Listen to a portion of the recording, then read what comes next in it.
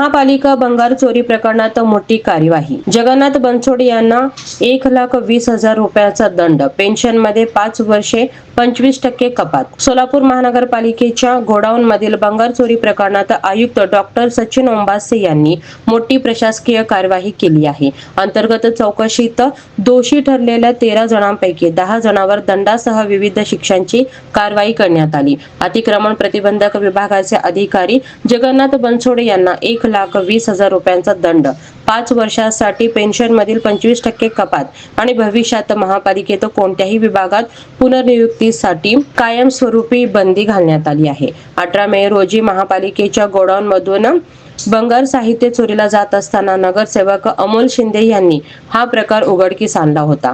त्यानंतर पोलिसात गुन्हा दाखल झाला आणि अतिरिक्त आयुक्त वीणा पवार यांच्या चौकशी अहवालानंतर आयुक्तांनी ही कठोर कारवाई केली आहे.